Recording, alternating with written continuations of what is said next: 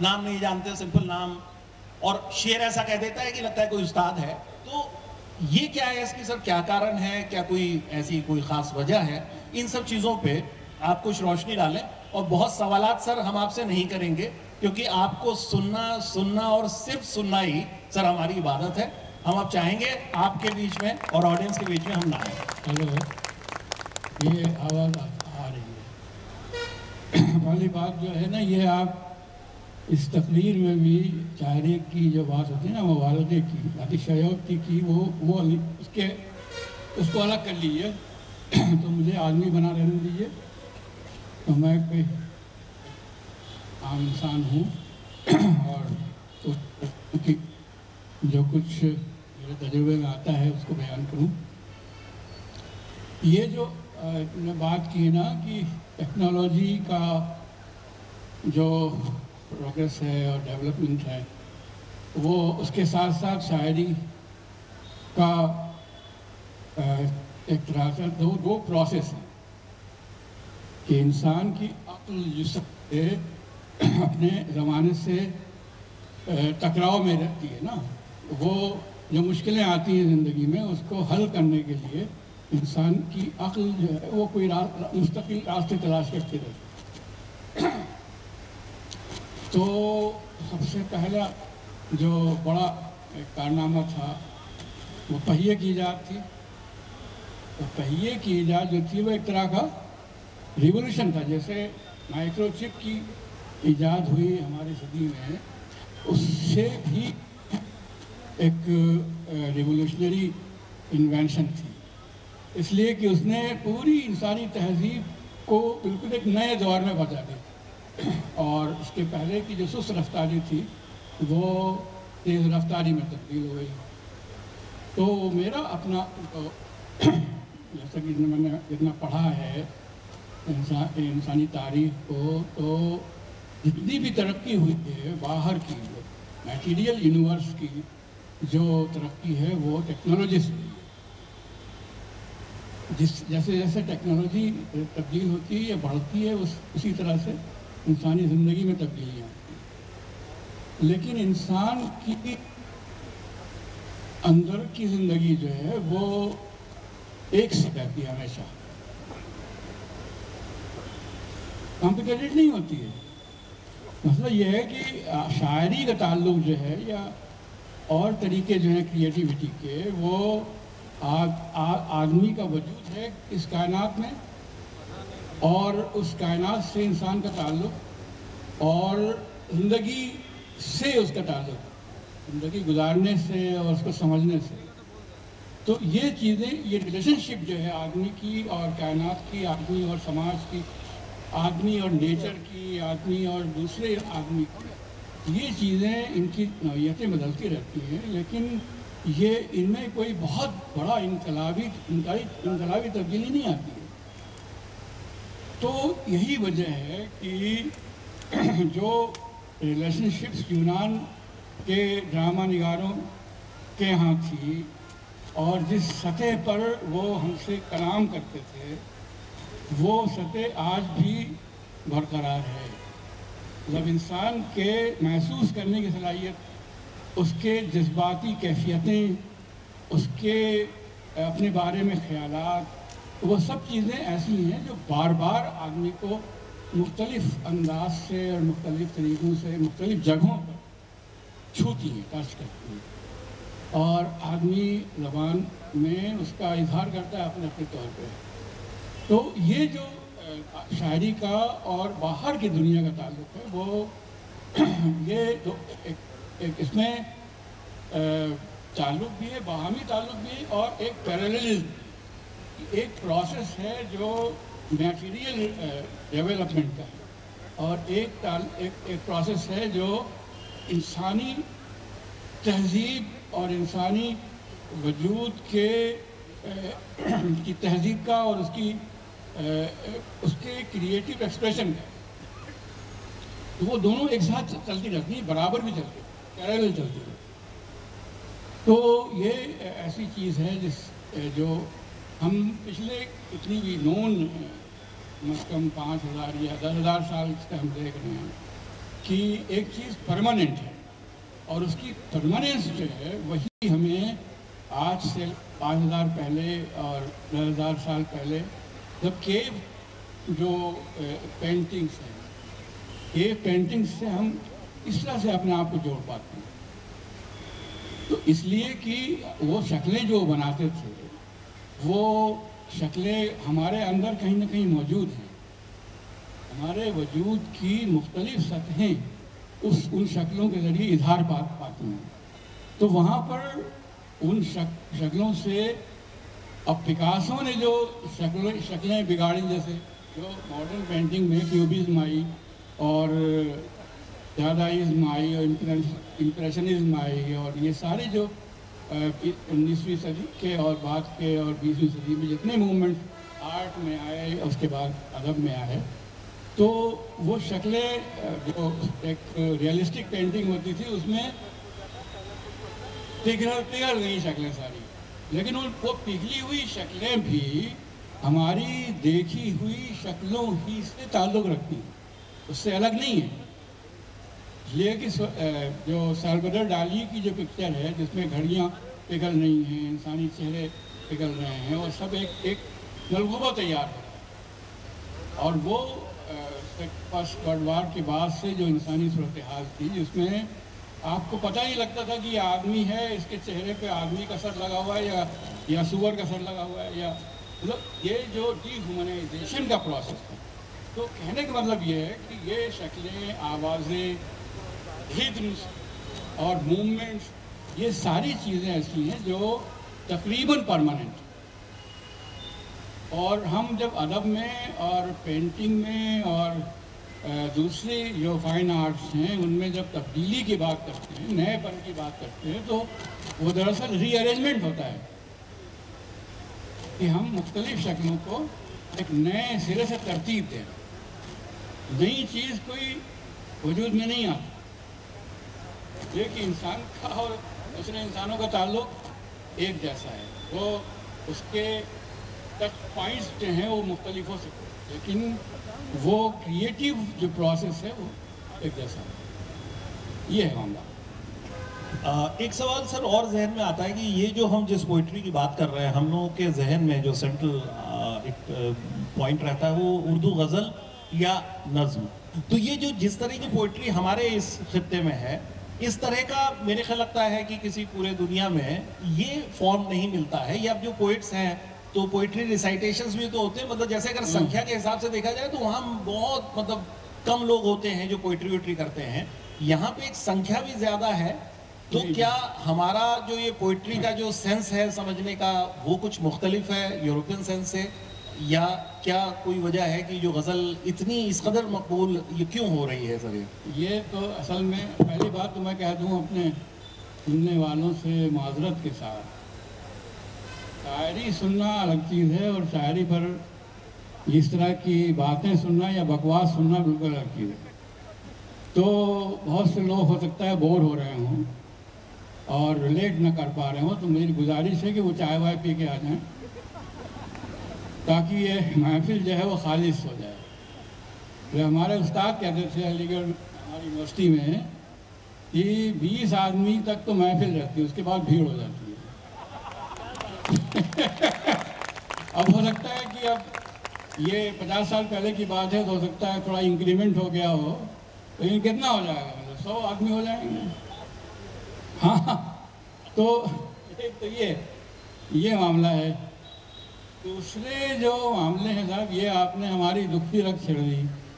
غزل کا معاملہ جو ہے وہ میرے اپنے کچھ بہت باعثیں ہیں ڈیپ، تو وہ تو میں بیان نہیں کروں گا، اس لیے کہ میں یہ سمجھتا ہوں کہ غزل کی شاعری is the ultimate form of poetry in the world. تو اب اس میں آپ جب ہم یہ بات کر رہے ہیں تو اس میں اینیٹ اور ورجل بھی جاتے ہیں، حالانکہ وہ شاعر نہیں تھے، وہ ڈرامہ نگار تھے. شیکسپیئر بھی جاتے ہیں، اور اس طرح سے ساری دنیا میں جو بڑے جنہیں شاعر کہتے ہیں، تو وہ چیزیں اپنی جگہ ہیں. اس لیے کہ نظم جو ہے، جب آپ لفظوں میں جو کچھ بیان کر رہے ہیں جتنی زیادہ لمبی ہوتی جائے گی اتنی زیادہ نثر کے قریب آتا ہے. تو 10-15 لفظوں میں زیادہ سے زیادہ 20 لفظوں میں آپ ایک ایسی کائنات کریٹ کر رہے ہیں جو اتنی سطحوں پہ آپ سے گفتگو کرتی ہے, اتنی سطحوں سے آپ کو چھوتی ہے اور آپ کو روشن کرتی ہے, آپ کو اگنائٹ کرتی ہے.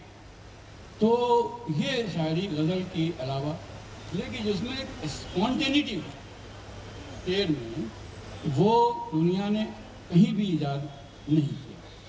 یہ صرف یہ جو خطہ ہے ہمارا, عرب میں غزل ایک شکل تھی تشبیہ کی قصیدے میں, تو عربوں نے تو غزل کہیں نہیں, شروع میں کچھ کہہ لیا ہوگا لیکن بعد میں فارسی والوں نے یہ غزل کو ڈیولپ کیا. اور اس میں ایک کام انہوں نے بہت اچھا یہ کیا کہ قافیے کے ساتھ ردیف داخل کر دی. تو ردیف جو ہوتی ہے اور قافیے کا جو کمبینیشن ہے اس سے ملٹی پلیسٹی آف ایکسپیرینسز کو بیان کرنے کی صلاحیت پیدا ہے. کہ آپ ایک گیون میٹر ہے آپ کے پاس, گیون بحر ہے, اس میں ایک قافیہ ہے, ایک ردیف ہے.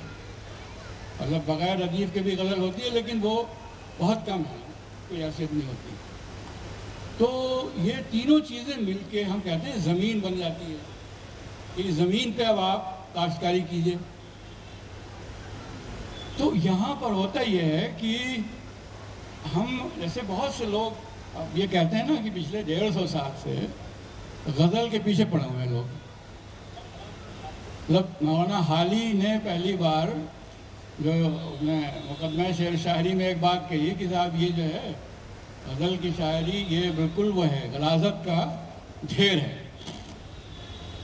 وہ کلیم الدین احمد تو اور بیوقوف آدمی تھے, اس لیے کہ وہ آئی اے ریچرڈس کے شاگرد تھے آکسفورڈ میں, اور آئی اے ریچرڈ جو تھے وہ بہت بڑے کرٹک تھے انگریزی کے.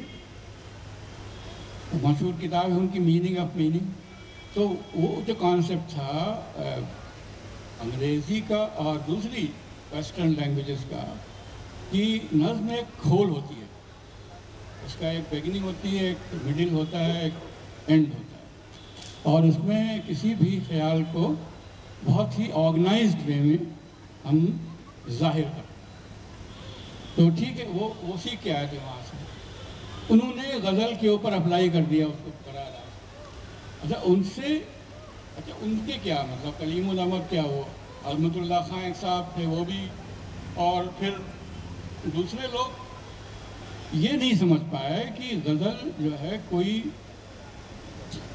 ٹھوس چیز نہیں ہے. غزل جو ہے کانسیپٹ ہے, ٹھوس چیز ہے ہی نہیں. غزل ایک گھر ہے جس میں بہت سے شعر بستے ہیں. تو یہ ایک بہت ہی باریک فرق ہے کہ ردیف, قافیہ اور بحر سے جو زمین تیار ہوتی ہے, مطلب اس میں ایک ڈبل ٹیک ہے کہ وہ جو زمین اگر نہ ہو تو غزل کے شعر نہیں ہو سکتے, لیکن وہ پروڈکشن سائٹ کے لیے ہے اس کی اہمیت, کنزیومر سائٹ کے لیے اس کی اہمیت نہیں ہے. جہاں جب پڑھتے ہیں غزل کو تو ہم غزل نہیں پڑھتے ہیں, شعر پڑھتے ہیں. تو غزل کا کوئی ٹھوس وجود ہی نہیں ہے. تو غزل میں کئی نظموں کا مجموعہ ہے. غزل ہر شعر تو شعر جو ہے آپ اگر وہ نظم جو ہے نظم کی کرٹیک کو شعر پر اپلائی کرتے تو ٹھیک ہوتا. شعر مطلب پوری دنیا کی شاعری میں چاہے کہیں کی شاعری بھی, چاہے کالی داس کی شاعری ہو, بھگوتی کی ہو یا شیکسپیئر کی ہو, جو ٹولز ہیں کریٹو پروڈکشن کے وہ ایک ہی ہیں. جیسے ہم کہتے ہیں نا ہمارے یہاں جو علم معنی کے اور علم بیان کے جو لوگ ہیں وہ ایک صاحب نے بہت اچھی بات کہی کہ ایک چیز ہوتی ہے حقیقت, ایک چیز ہوتی ہے مجاز. مطلب حقیقت کیا ریئلٹی, اور مجاز ہوتا ہے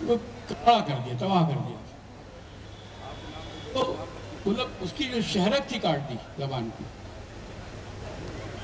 یہی تو یہ آڈنی کیا ہے کہ یہاں پر ایک حیدرآباد میں اکیڈمی آف ٹرانسلیشن تھی، تو اس میں بڑی کتابیں ترجمے ہوئی ہیں.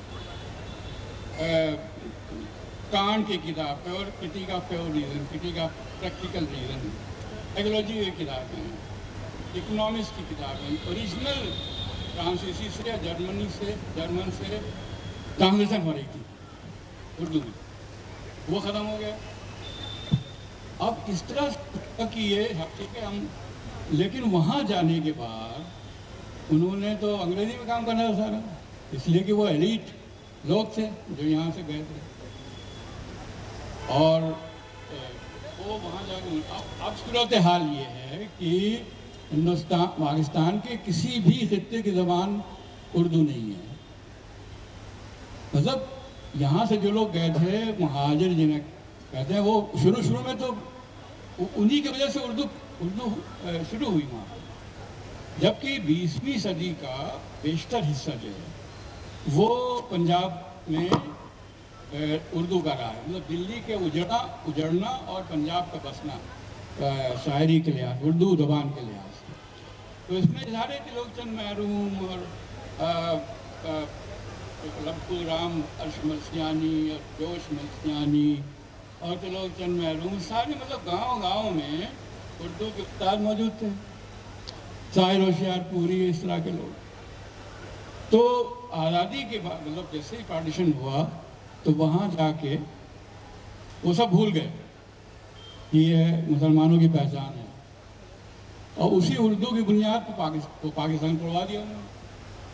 مطلب یہ الزام بیچاری اردو پہ کہ اس نے ایک تو ہندوستان کو توڑوایا اور اس کے بعد خود پاکستان کو توڑوا دیا، جبکہ زبان کا کوئی قصور نہیں. بھائی آپ جن ہاتھوں میں زبان پڑے گی ان کا قصور ہے.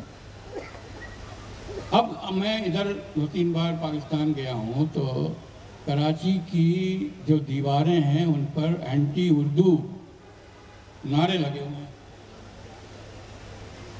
اچھا کوئی ایسا جیسا ہم کہتے ہیں کہ اصطلاح سازی کا کام، کہ ٹیکنالوجی ڈیولپمنٹ کا کام جو ہے وہاں بھی اپنی ہلکا پھلکا ہے، سست رفتار جتنا یہاں پر. آج اس وقت صورتحال یہ ہے کہ وہاں ٹی وی چینلز میں جو سیریل اچھے ہوتے ہیں پاکستان کے، لیکن تلفظ اتنا خراب ہے. مطلب وہ پریزاد ایک سیریل ابھی آیا تھا، اس میں ایک ٹیچر ہیں، وہ آخری تقریر کر رہے ہیں اور الفاظوں بول رہے ہیں. مطلب ایک تو آدھا نہیں ہے نا کہ ٹیچر خود الفاظوں بول رہا ہے، معائنے بول رہے ہیں. تو اب کیا کریں؟ مطلب اسی لیے ہندوستان کو توڑا تھا کہ یہ زبان اس طرح سے کہ اس کی درگت کریں گے. یہ چیزیں جو ہیں ایسی ہیں جو ہمارے لیے بہت افسوس کی بات ہے. تو یہ ایک کیا کہتے ہیں، یہ ایک ہسٹوریکل ہے، تاریخی ایک افسوسناک بات ہے. ہاں اسی سے کنیکٹڈ ہیں. آپ شاعری کی بات ہو رہی تھی کہ آپ جو لوگ شاعری کر رہے ہیں. ہاں وہ آپ